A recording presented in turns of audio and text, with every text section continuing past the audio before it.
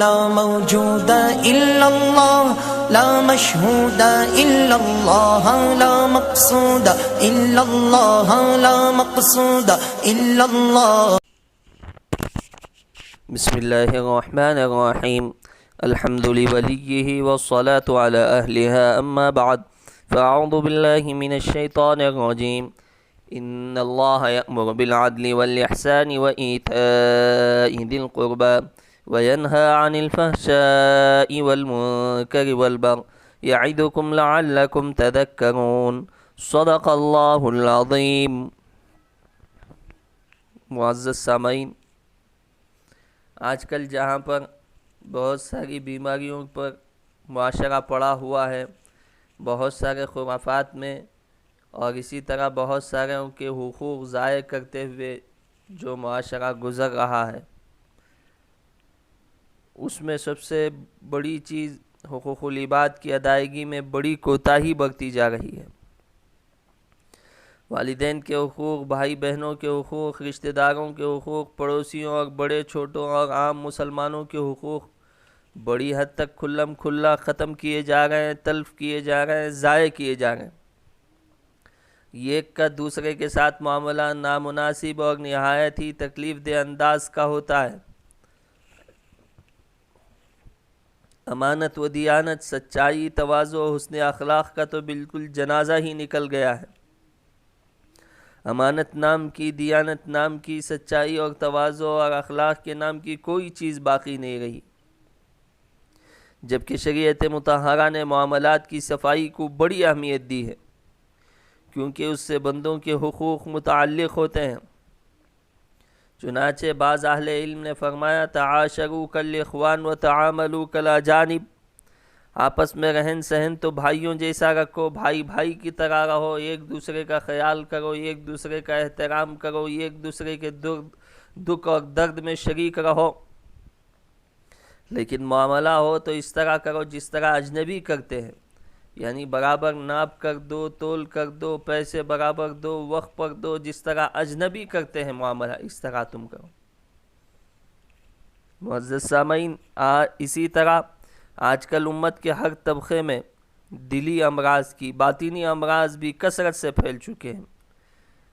غصہ اور دشمنی، جس کو بغض و عناد کہتے ہیں، کینہ کپٹ کہتے ہیں، حسد و عداوت کہتے ہیں، اسی طرح کبر و غرور کی بیماریوں نے پورے معاشرے کو اپنے ناپاک جال میں پھنسا رکھا ہے، جکڑ رکھا ہے.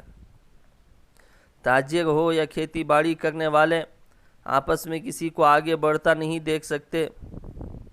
حسد میں اندھے ہو کر اس کو نقصان پہنچانے کی ہر جائز و ناجائز ترکیب استعمال کرتے ہیں، گویا نعوذ باللہ وہ اللہ رب العزت کا مقابلہ کرنا چاہتے ہیں.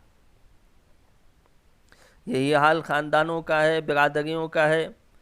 کوئی عزت سے رہے، اچھا کھائے، چین و سکون کی زندگی گزارے، تو دوسروں کے پیٹ میں جلن شروع ہو جاتی ہے، ان کے سینوں پر سانپ پھرنے لگ جاتا ہے اور بغض و حسد کی آگ اس کو جھلسانے لگتی ہے. اس گناہ میں دیندار اور اہل علم کہے جانے والے افراد بھی کسی سے پیچھے نہیں ہیں. دوسروں کا منصب، مقبولیت، عزت افزائی ان کو یہ آنکھ نہیں قبول ہوتی ہے. حالانکہ اگر غور کیا جائے تو یہ بات عیاں ہو جائے گی کہ عزت و آبرو، مال و دولت، چین و سکون کسی کو اللہ کی عطا اور بخشش ہی سے مل سکتا ہے. اب حسد کرنا ایسا ہوگا، بغض و عناد کرنا ایسا ہوگا، اللہ کے فیصلے کی مخالفت کرنے کے برابر ہے. چنانچہ اللہ رب الجلال نے قرآن مجید میں فرمایا، نحن قسمنا بینہم معیشتہم فی الحیات الدنیا ورفعنا بعضهم فوق بعض درجات. روزی تو ہم انسانوں میں تقسیم کرتے ہیں، رزق اللہ کی جانب سے تقسیم شدہ ہے، عہدے اللہ کی جانب سے تقسیم شدہ ہے، مال و دولت اللہ کی جانب سے تقسیم شدہ ہے، خاندان اللہ کی جانب سے تقسیم شدہ ہے، اور شادیاں اللہ کی جانب سے تقسیم شدہ ہیں کہ کون سے لڑکے کو کون سی لڑکی ملنا ہے، یہ خدائی فیصلے سے ہوتا ہے. لیکن اس کے باوجود انسان یہ کہنا چاہتا ہے، نعوذ باللہ، اللہ کے فیصلے غلط تھے اور میری سمجھ اور میرا فیصلہ صحیح تھا، یہ کہنا چاہتا ہے. اسی وجہ سے حاسد حسد کرتا ہے، اسی وجہ سے جلنے والا، بغض و عناد رکھنے والا اسی بنیاد پر جلتا ہے، حسد کرتا ہے۔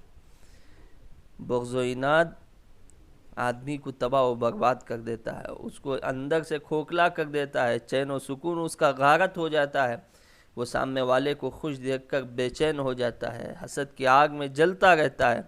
اسی لیے جناب محمد رسول اللہ صلی اللہ علیہ وسلم نے ارشاد فرمایا، ایاکم والحسد فإن الحسد یأکل الحسنات کما تأکل النار الحطب۔ لوگوں حسد سے بچو، اس وجہ سے کہ حسد جو ہے نیکیوں کو اس طرح کھا جاتا ہے جیسے آگ سوکھی لکڑیوں کو کھا جاتی ہے۔ جتنی تیزی سے آگ سوکھی لکڑیوں کو کھاتی ہے، اسی طرح حسد وہ نیکیوں کو تیزی سے کھا لیتا ہے۔ تو اس وجہ سے معزز سامعین، حسد سے اپنے آپ کو بچانا چاہیے، بغض و عناد سے بچانا چاہیے، اور اسی طرح کبر اور تکبر کی بیماری سے اپنے آپ کو بچانا چاہیے۔ کیوں؟ اس وجہ سے کہ یہ بیماری جو حق کے راستے کو تلاش کرنے والا ہے اس کے لیے بہت ہی خطرناک ہے، نقصان دہ ہے۔ اسی وجہ سے آپ علیہ السلام نے مختلف انداز میں اس سے بچنے کی تلقین فرمائی ہے۔ چنانچہ حضرت انس رضی اللہ تعالیٰ عنہ کو مخاطب کرتے ہوئے آپ ارشاد فرماتے ہیں، یا بنی ان قدرت ان تصبح وتمسی ولیس فی قلبک غش لاحد ففعل۔ اے بیٹے، اگر تیرے لیے ممکن ہو کہ تو صبح و شام اس طرح گزارے کہ تیرے دل میں کسی کی طرف سے کینہ نہ ہو، کپٹ نہ ہو، تو ایسا ضرور کر لے۔ پھر فرمایا کہ دیکھو یہ انبیاء کی میری سنت ہے۔ معزز سامعین، ہم دیکھیں کہ ہمارے دلوں کی یہی کیفیت ہے اور ہمارے اندرون کی یہی کیفیت ہے کہ ہم کتنا لوگوں سے جلتے ہیں، حسد کرتے ہیں، بغض و عناد ہے، غرور و تکبر ہمارے اندر موجود ہے۔ ہم اپنی زندگیوں کا جائزہ لیں، اس سے بچنے کی کوشش کریں۔ اللہ تعالیٰ سے دعا ہے کہ اللہ تعالیٰ باطنی ہر قسم کی بیماریوں سے، فواحش سے، منکرات سے ہماری ساری امت مسلمہ کی حفاظت فرمائے۔ آمین۔ وآخر دعوانا ان الحمد للہ رب العالمین۔